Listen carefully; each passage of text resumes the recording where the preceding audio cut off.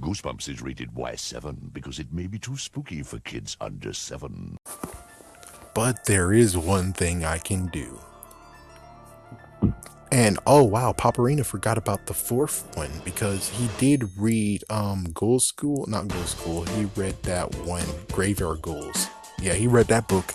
He forgot all about that one. Oh damn. Wait, does ghouls actually count as ghosts? Yeah, I think they kind of do. Anyways, let's get to it. The types of ghosts in Goosebumps. Of course, this is the beta version because this is not official because there's still more ghosts and Goosebumps. Right now, I can only talk about the ones that I remember, can recall, and ones that he actually did. Let's see, did they... I think that's as much ghosts as there is. I mean, there's still more ghosts, and plus even Slappy's a ghost now. It's like, oh, frick. Anyways, let's talk about the ghosts that were in the 62, original 62 books, even though there's still more ghosts to talk about. Yeah, because, man, my friends Invisible actually know that was just invisible technology. So first things first is the first, in quotations, ghosts, because technically, Welcome to Dead House, I don't think they're ghosts, they're more like zombies than ghosts. I'm pretty sure they're more like zombies than ghosts, and apparently light goes through them. So I guess technically since light can go through them and zombies don't actually have light going through them unless... Ugh. I guess we'll make a compromise saying ghost zombies. So yeah, we have one type of ghost zombies who actually eat people, cannibalism. We're hungry. And it was done because of radioactivity in their city. And that's why they turned into these freakish zombie ghosts. The second one is the one from The Ghost Next Door, aka Hannah, aka she was in that first movie. Hannah actually can't be touched. Yeah, that's something that's like, she can't be touched. And plus, we didn't even talk about the interesting part of only a few people can see her. Yeah, only a few people can see her, and also when it comes to her dying, she will repeat the same day over and over again to the point of where it starts to break off. And heck, I personally would say she isn't really a ghost. She actually is more like an angel. Yeah, she's a soul that was still left that actually is an angel, a guardian angel. Guardian angel. And she has like one job to do. She could actually screw up the job and then she'd become a demon and most likely will be dragged straight to hell. It's like, yeah, her final deed. Could she be dragged to hell or could she actually go to heaven? Which of course she went to heaven because she decided to save him instead of kill him because she had one job to do. And well, technically I would say she kind of did the job, but she didn't get A+. She got like at least an A or B- because, well, if I could step out and be like, oh, God said it, God, it's the fact that she's equipped. The thing is that she's equipped in the whole entire situation. There's really no actual failure rate unless you go to that dark dumbass over there who's like, you should kill him. And it's like, yeah, that's the messed up part. It's like, if you listen to dark dumbass over there, then you'll turn into a demon. And then you won't see your family at all. You'll get dragged to hell. Yeah, it's like, yes, you join me now. It's like, yeah, that would happen. But instead, she could have convinced him not to go. That might have gotten her to the A+ rank. But, well, she did her best. And technically it's an A.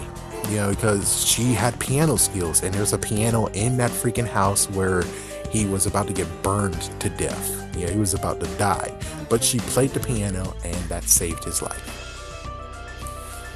But she can't be touched. Yeah, she can't be touched, and her memory actually is a little bit screwed over.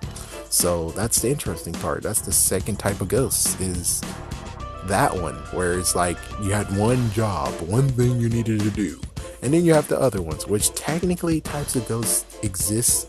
You have ones that just, well, I'll just say for Goosebumps, you have the type of ghosts who are completely weird, which is, of course, is the ghosts from Dead House, which they're there.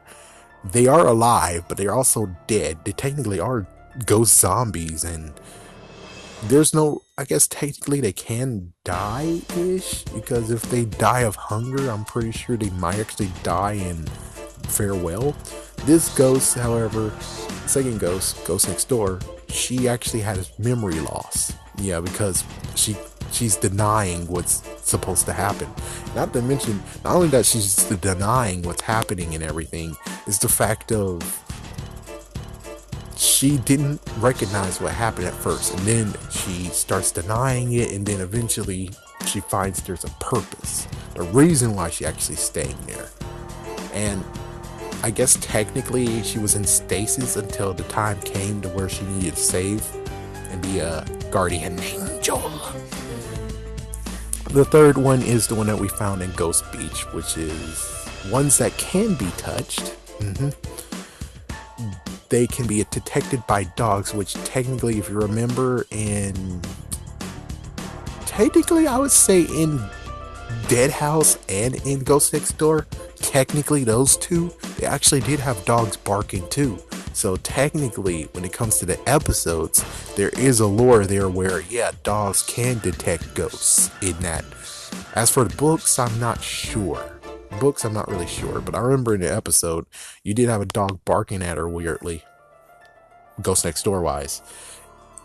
Dead House, the family that was about to become dinner, they have a dog, I think. Didn't they have a dog? Yeah, they had a dog, and I'm pretty sure he kind of barked at them. So they get barked at dogs, they appear normal, they're not actually like the ghostly trio, because, well, they're kind of like the between, even more between. If we have to make like a little line, we have at the end, and then we have to make a curvy line because we also talk about the graveyard ghouls. So the main line, we have, we'll say we have Dead House in the beginning, which Dead House actually, no, never mind. Dead House needs to be last. In the middle. First we have Ghost Beach. Yeah, Ghost Beach. That one is with ghosts that can be touched, they can eat. They're not like the ghostly trio, which means food goes all the way down. Actually, we didn't even see Hannah eat, right? So, yeah, Hannah doesn't eat. That is practically what a ghost is. So, Ghost Beach, they can eat, they can be touched. Nothing different. Just dogs bark at them. Then we have the middle ground, which is, of course, Welcome to Dead House, which they actually have to eat people. They have to eat people. They can only eat people. So you see how the decaying happens, right? But of course, they got radiated. Even so, it's like, yeah, they're in the middle ground where it's like they have to eat people. They have to eat live flesh. While Ghost Beach, they're killing the dog. It's like, yeah, in the episode, they're killing a dog. They're not actually need to have fresh meat to actually eat. And last but not least, of course, is the Ghost Next Door, who is completely ghost. Doesn't eat. And did she go through walls? She had to go through walls to save the kid because the door was locked. So she actually did have to go through things. And then we have the Graveyard Ghouls, which will be, I would say, between, like, make an extra line, it'll be between Welcome to Dead House and Ghost Next Door. The Graveyard Ghouls are completely different. They're gray and they're in another dimension. Yeah, so it's like that's just a different thing entirely. And since they are in a different dimension, I guess we can't really talk about them, but one did come in the actual thing. Not to mention, technically, they're kind of like exactly what happened with Hannah, but there's a big group of them, and they still believe it's the 1950s or something. With that said, technically it's like the early 1900s. They believe that they're still at that timeline, just like Hannah did, but Hannah snapped out of it because she's in the real world while they're in a different dimension. Interesting, right? So yeah. That is basically all the ghosts right now, because there's still more. I bet there's freaking damn still more. I bet there's still more. So yeah, this is just a beta, but yeah, different types of ghosts. Yeah, it's like the Ghostly Trio. They are most likely even, it's like, yo, add Ghostly Trio into this. Since they add Ghostbusters into Casper, why not do that? The Ghostly Trio will be most likely in between the Graveyard Ghouls and Hannah. Actually, no, sorry. It will be the last thing you'll ever have where they actually know where they live in the timeline. And apparently they can eat, but they can't truly digest it. They can taste it, but they can't actually digest it. Yeah, just a fun thing to add to this. Have a scary day. Have a scary night.